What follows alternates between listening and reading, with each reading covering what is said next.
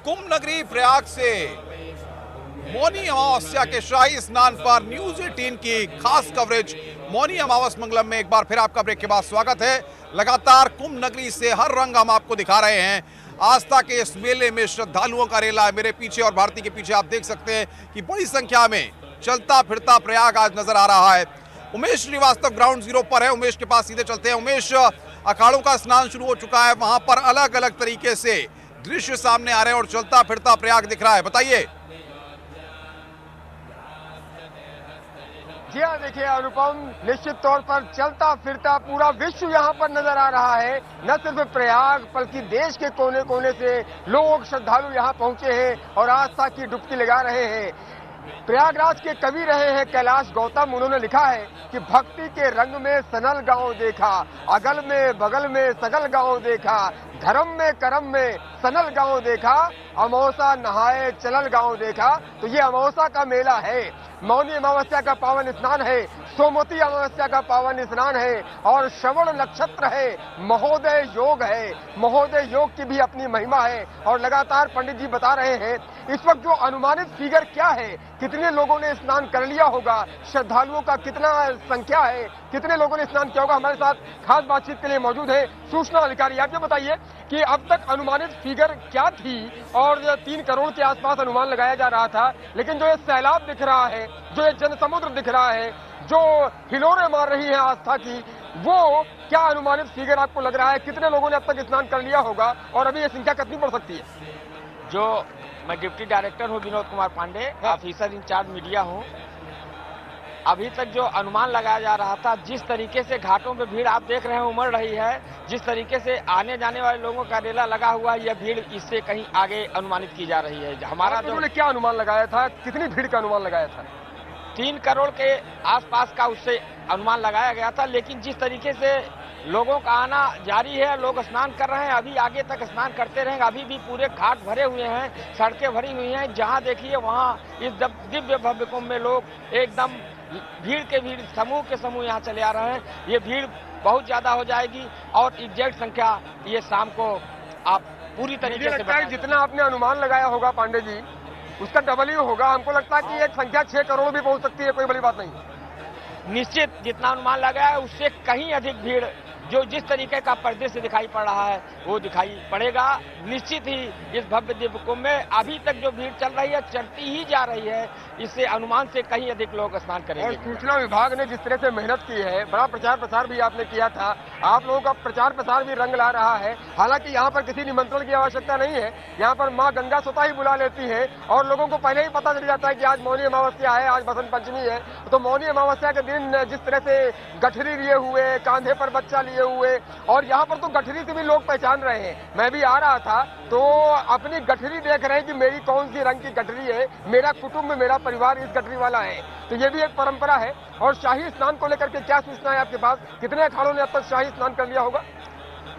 शाही स्नान देखने के लिए यहाँ पर वास्तव में बहुत ही लालसा रहती है लोगों में, और अभी तक जो हम देख रहे हैं, हमारे यहाँ लगभग 3 शाही अखाड़ों ने स्नान कर लिए हैं। अखाड़ों की परंपरा एकदम चल रही है, उसके लिए भव्य भीड़ लगी हुई है और इस भीड़ को व्यापक बढ़ाने में हमारे जो मीडिया के लोग हैं उनका भी बड़ा सहयोग रहा है। अरे हम लोग तो दिखाई रहे हैं, हमारे साथ सर्वेश दुबे जी मौजूद भी हैं जो ग्राउंड जीरो पे मौजूद है। सर्वेश, अखाड़ों के बारे में बताइए, कितने अखाड़ों ने अब तक शाही स्नान कर लिया होगा और अभी कौन सा अखाड़ा शाही स्नान कर रहा है? जी, सनातन परंपरा में 13 अखाड़े हैं। दर्शकों को हम बता दें 7 उसमें से शैव संप्रदाय के हैं, जिनमें नागा साधु होते हैं। और सबसे पहले महानिर्वाणी अखाड़े के संतों ने स्नान किया है।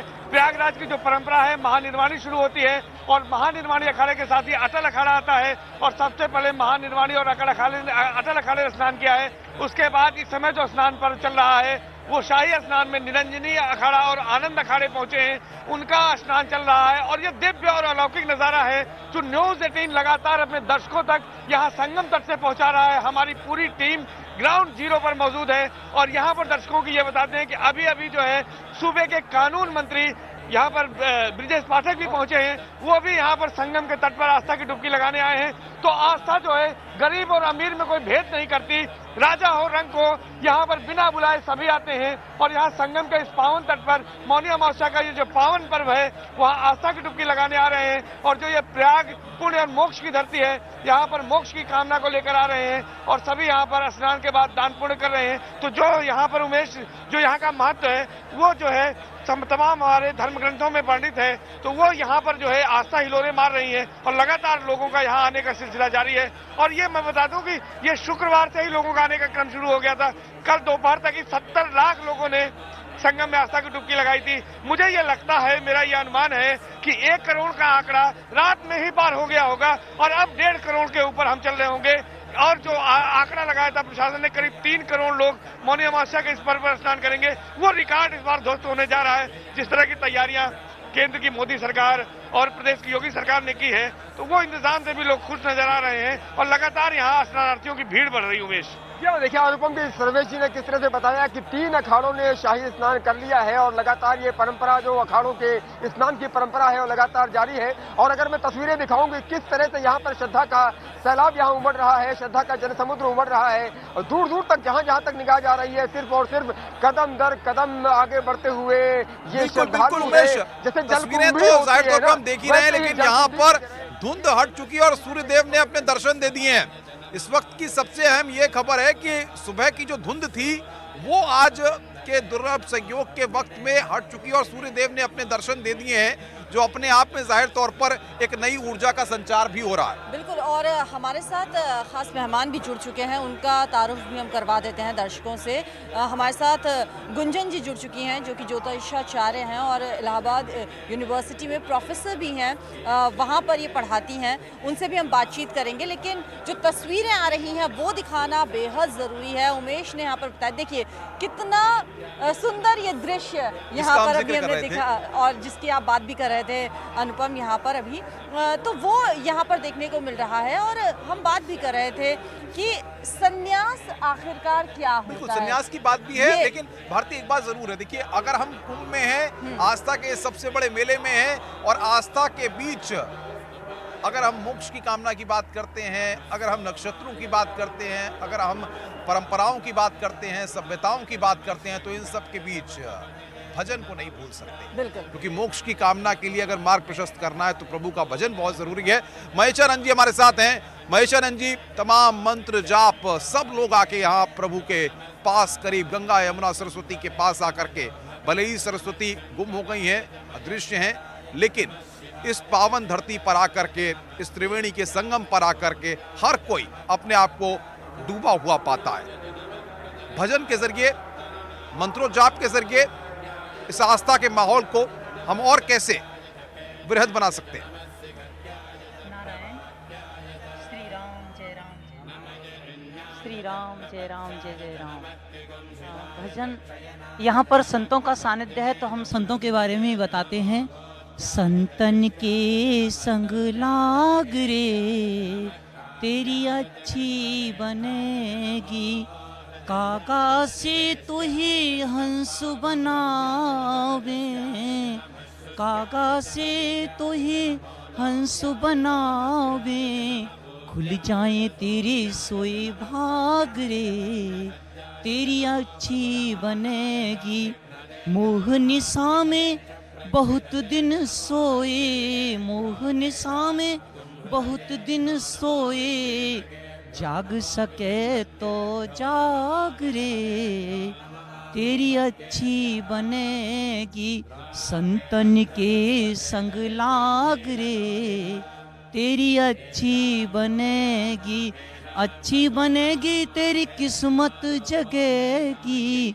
संतन के संग लाग रे, तेरी अच्छी बनेगी। या हम ये कहना चाहते हैं, संतों के संग लगने से, अभी हम चर्चा कर रहे हैं कि हम उस त्रिवेणी में स्नान करेंगे, उसमें हमारे पूर्व के पाप धुल जाएंगे। और संतों के वचनामृत की त्रिवेणी में, ज्ञान वैराग्य भक्ति की त्रिवेणी में जब हम स्नान करेंगे तो पाप जो बनते हैं, पाप की वासना से बनते हैं और वासना से पुनर्जन्म होता है, ये शास्त्र का सिद्धांत है।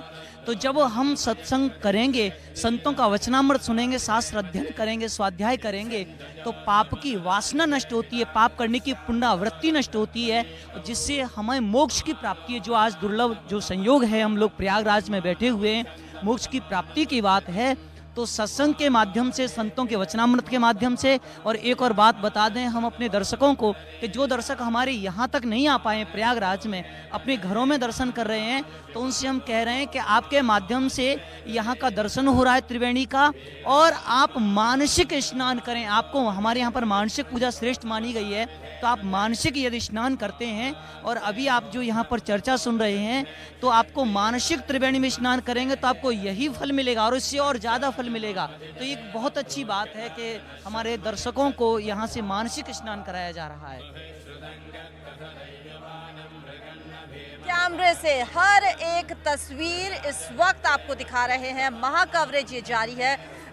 ये हमारे कैमरे, हमारी टीम जो बता रही है कि हर एक जगह पर मौनी अमावस्या के स्नान का महत्व, चाहे वो हरिद्वार की बात हो, अयोध्या की बात हो, प्रयागराज की तस्वीरें तो लगातार देख ही रहे हैं। संगम में स्नान और किस तरह से हर की पैड़ी पर जो गंगा आरती हुई अनुपम, उसकी छटा भी दर्शकों ने देखी है। महिषानंद जी संन्यास की बात कर रहे थे। नागा सबसे आकर्षण का केंद्र होते हैं। प्रयागराज कुंभ की अगर हम बात करें, उनका शाही स्नान, वो ढोल नगाड़े, वो नाच गाना जो कि अद्भुत होता है।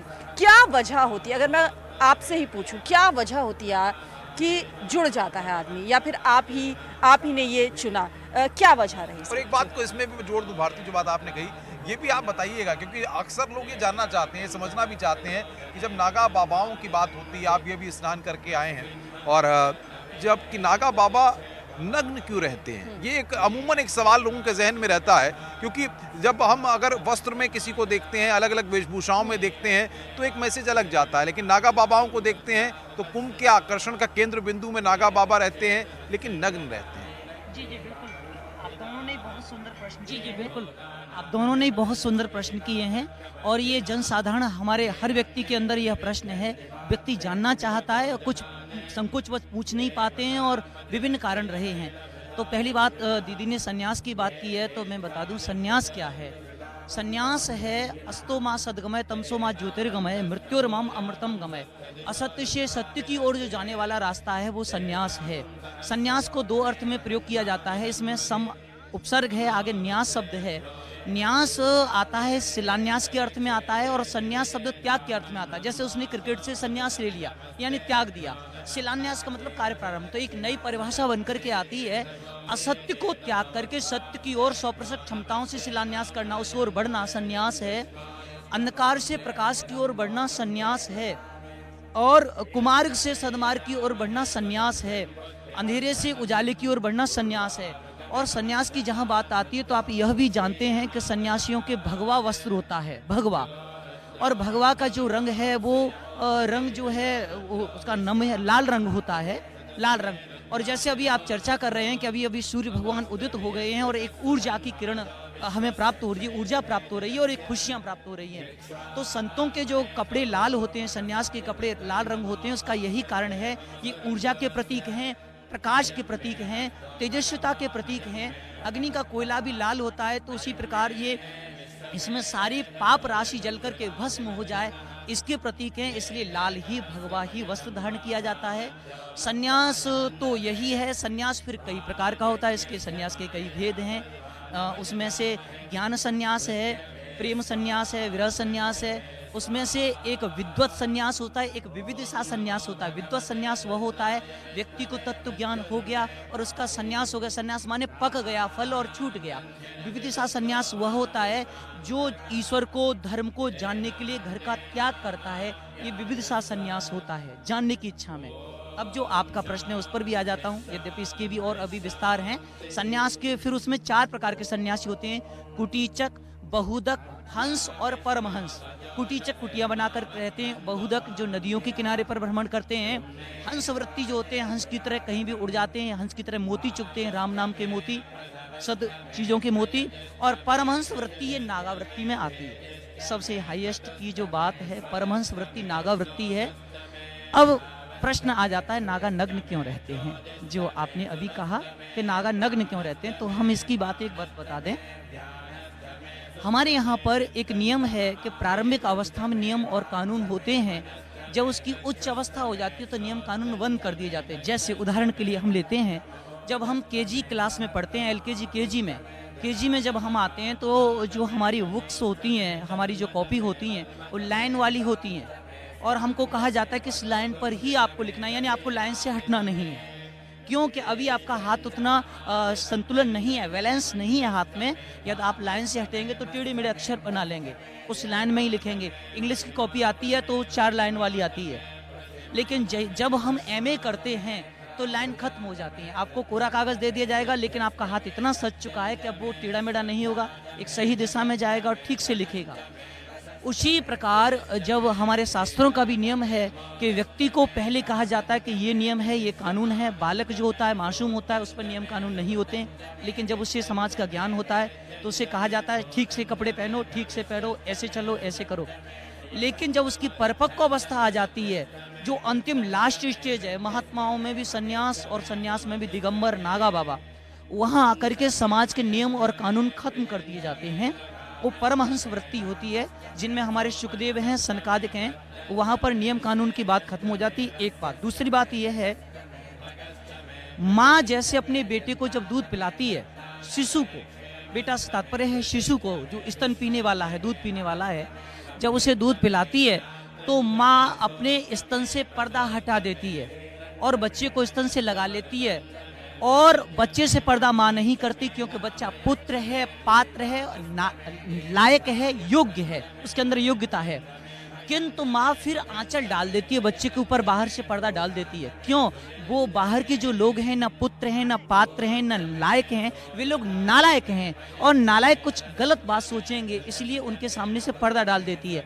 ईश्वर का नियम भी इसी प्रकार है, जो उसका पात्र होता है उसके सामने से पर्दा हटा दिया जाता है, और जो पात्र नहीं होता है वहाँ पर्दा डाल दिया जाता है। तो ये आवरण हटाना, अविद्या का आवरण हटाना, माया का पर्दा हटाना, इस अर्थ में ये शिशु की तरह होते हैं, बालक की तरह, बाल्य भाव। इसमें थोड़ी सी और चर्चा करना चाहूँगा। इसमें 2 भाव हैं, ज्ञान दृष्टि और एक भक्ति की दृष्टि। 2 अर्थ के कारण से नागा बाबा नग्न रहते हैं। ज्ञान दृष्टि में नागा बाबा शब्द है। बाबा शब्द का अर्थ ये है कि अगर 16 साल की बच्ची हो वो भी हमारी नातिन है, और 160 साल की कोई बड़ी बूढ़ी माँ हो वो भी हमारी नातिन है, क्योंकि वो भी हमसे बाबा बोलेगी। जो बाबा बोलेगी तो हमारी नातिन लगी। अब हमारी नातिन हमारे सामने नाचे गाए, 7-8 साल की बच्ची हो, नाचे गाए, मुंह मटकाए, जो भी कितना भी श्रृंगार करे, लेकिन हमारे अंदर कोई कुभाव नहीं आता। हम क्या कहते हैं, ठीक है बच्चे, बेटा बहुत अच्छे से श्रृंगार कर, ठीक है जाओ खेलो खाओ, तुम्हारी एक आयु है। ना हमारा आकर्षण होता है, न कोई विकार होता है। तो ज्ञान के मार्ग में हमको उतना बड़ा होना होता है जहाँ पर समाज को हम छोटे बच्चे के रूप में देखें, समाज के हर नारी को छोटी बच्ची के रूप में देखें। हमारी बहुत छोटी बच्ची है, अब बच्चे हैं, खेलें खाएं कुछ भी करें, हमारा आकर्षण न हो, हमारा विकार न हो, हम इतने बड़े हो जाए, हम बाबा हैं और नारियां हमारी बच्ची हैं, छोटी बच्ची, तो विकार खत्म है ज्ञान दृष्टि। मैं एक और बात यहाँ कहना चाहूँगा, वो ये है, ज्ञान दृष्टि एक्सरे की तरह होती है। जैसे 2 तरह के कैमरा होते हैं। एक कैमरा जो होता है, जो फोटोग्राफर फोटो खींचता है, वो जैसे ही आप कैमरे के सामने आते हैं तो वो फोटोग्राफर कहता है प्लीज स्माइल, प्लीज आप कृपया मुस्कुराइए। आप ये कहो कि मैं कैसे मुस्कुराऊं, मुझे टीबी बन चुकी है, मेरे फेफड़े गल चुके हैं, कफ हो चुका है, मैं बहुत प्रॉब्लम है, मेरी हड्डियां टूटी हुई हैं। वो कहेगा नो प्रॉब्लम, आपकी हड्डी टूटी है, आपको कफ बना। प्रयाग बुला रहा है, गंगा की कशिश हर किसी को अपनी ओर खींच रही है, और न्यूज 18 के इस स्टूडियो से, प्रयाग में बने इस स्टूडियो से लगातार मौनी अमावस मंगलम ये खास कवरेज जारी है। ब्रेक के लिए रुक रहे हैं, ब्रेक के बाद में और भारतीय एक बार फिर आएंगे। महेश्वर जी हमारे साथ बने हुए हैं, गुंजन ज्योतिषाचार्य हैं, वो भी हमारे साथ बनी हुई हैं। तमाम चीजों को जानेंगे, समझेंगे और कुंभ का हर रंग आपको दिखाएंगे।